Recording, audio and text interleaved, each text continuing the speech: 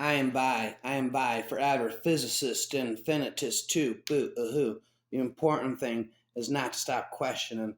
Curiosity has its own reason for existence. One cannot help but be in awe when he contemplates the mysteries of eternity, of life, of the marvelous structure of reality. It is enough if one tries merely to comprehend a little of this mystery each day. In the beginning, there was nothing which exploded, and nothing happens until something moves. I'll be looking for you. Well, every moment, every single moment. And when we do find each other again, we'll cling together so tight that nothing and no one will ever tear us apart. From atom of me and every atom of you will live in birds and flowers and dragonflies and pine trees and in clouds and in those little specks of light you see floating in sunbeams. And when they use our atoms to make new lives, they won't just be able to take one. They'll have to take two. One of you and one of me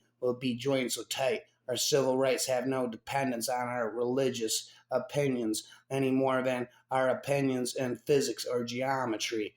Physics isn't the most important thing. Love is.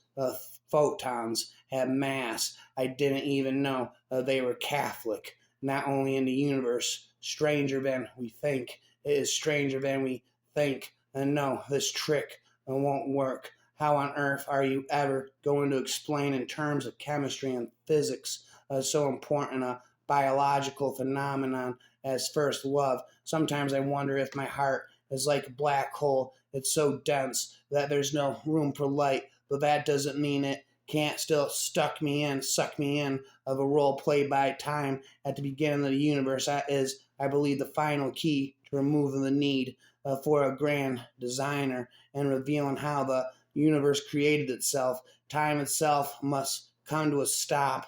You can't get to a time before a Big Bang because there was no time before the Big Bang. We have finally found something that does not have a cause because there was no time for a cause to exist. And for me, this means there is no possibility of a creator because there is no time for a creator to have existed. Since time itself began the moment of the Big Bang, it was an event that could not have been caused or created by anyone or anything. So when people ask me if a God created the universe, I tell them the question itself makes no sense. Time didn't exist before the Big Bang, so there is no time for God to make the universe. And it's like asking for direction to the edge of the earth. The earth is a sphere. It does not have an edge, so looking for it is a futile exercise. I once read in my physics book that the universe begs to be observed, that energy travels and transfers when people pay attention. And maybe that's what love really boils down to, having someone who cares enough to pay attention so that you're encouraged to travel and transfer to make your potential energy spark into kinetic energy.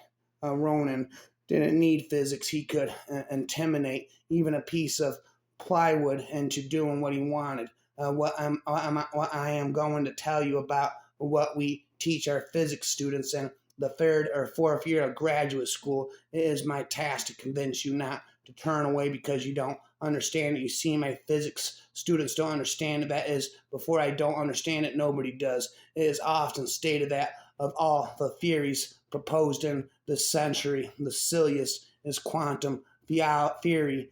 Quantum theory, in fact, some say that the only thing that quantum theory has going for it is that is unquestionably correct. The birth of quantum physics brought science and spirituality into alignment. It was the realization by physics that photons have consciousness and not just limited consciousness, but awareness of the entire cosmos. Physics is really nothing more than a search for ultimate simplicity, but so far all we have is a kind of elegant messiness when we hold health and abundance in our self-identity. We create experiences of that quality if we choose to be attuned to the energy of our heart and feel love and compassion. We create experiences in the same energy spectrum as that as of peace, love, and joy. He who thinks half-heartedly will not believe in God, but he who really thinks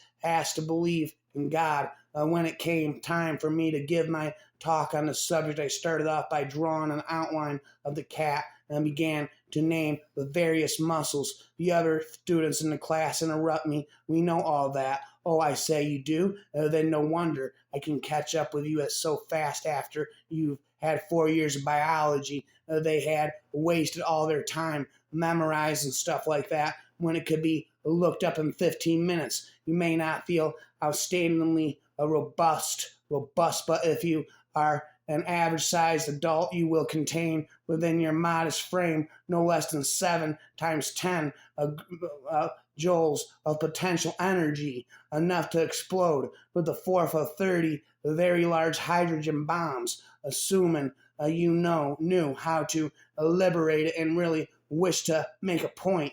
Those who are not shocked when they first come across quantum theory cannot possibly have understood it. Consciousness cannot be accounted for in physical terms, for consciousness is absolutely fundamental. It cannot be accounted for in terms of anything else. How wonderful that we have met with a paradox. Now we have some hope for making progress. The release of atomic power has changed everything except our way of thinking. The solution to this problem lies in the heart of mankind. If only I had known, I should have become a watchmaker.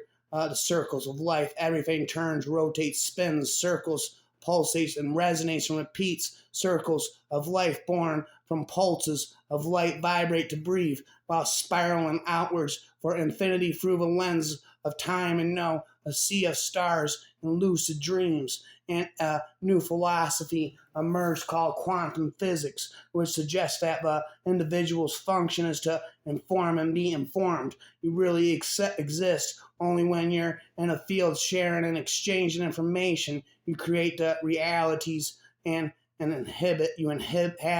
I remember discussions with a bar which went through many hours till very late at night and ended almost in despair. And when at the end of a discussion I went alone for a walk in the neighboring park, I repeated to myself again and again the question, can nature possibly be so absurd as it seemed to us in these atomic experiments? The universe is not only queerer than we suppose, but queerer than we can suppose. But if we consider, as physicists now claim, that everything is energy, everything we see, everything we think, everything we do, then it is just possible that this same law of conservation of energy applies to questions of morality. A conservation of moral energy, a maintenance of equilibrium, a balance exists and must be preserved. If an action is taken that disrupts that balance, then an action similar in kind and degree is required to restore equilibrium.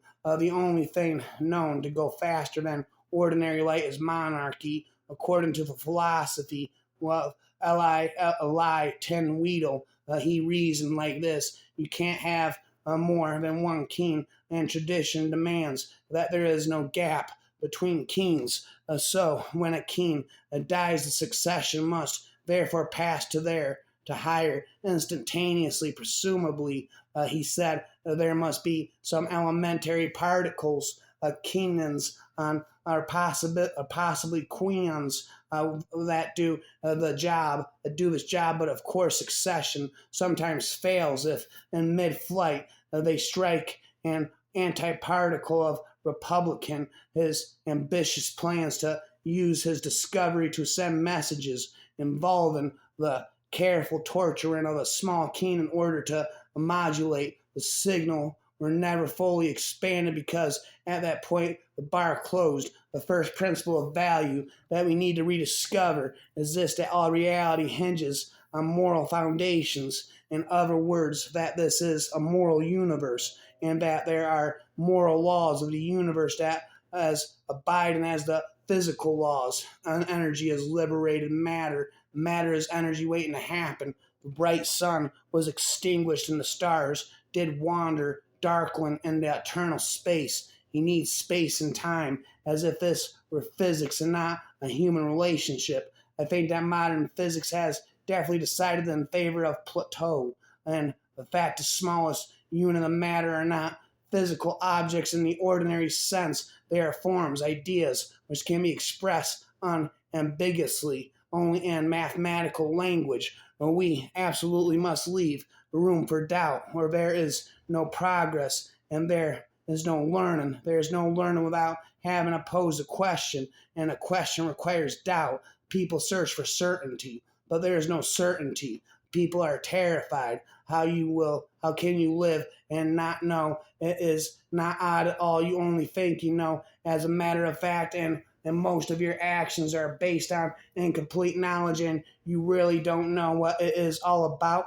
or what the purpose of the world is, or know a great deal of the other things. It is possible to live and not know. Quantum theory provides us with a striking illustration of the fact that we can fully understand a connection, although we can only speak of it in images and parables. Mathematics is the cheapest science. Unlike physics or chemistry, it does not require any expensive equipment. All one needs for mathematics is a pencil and paper. Science is opposed to theological dogmas because science is founded on fact. To me, the universe is simply a great machine which never came into being and never will end. The human being is no exception to the natural order. Man, like the universe, is a machine. Nothing enters our minds or determines our actions, which is not directly or indirectly a response to stimuli beaten upon our sense organs from without, owing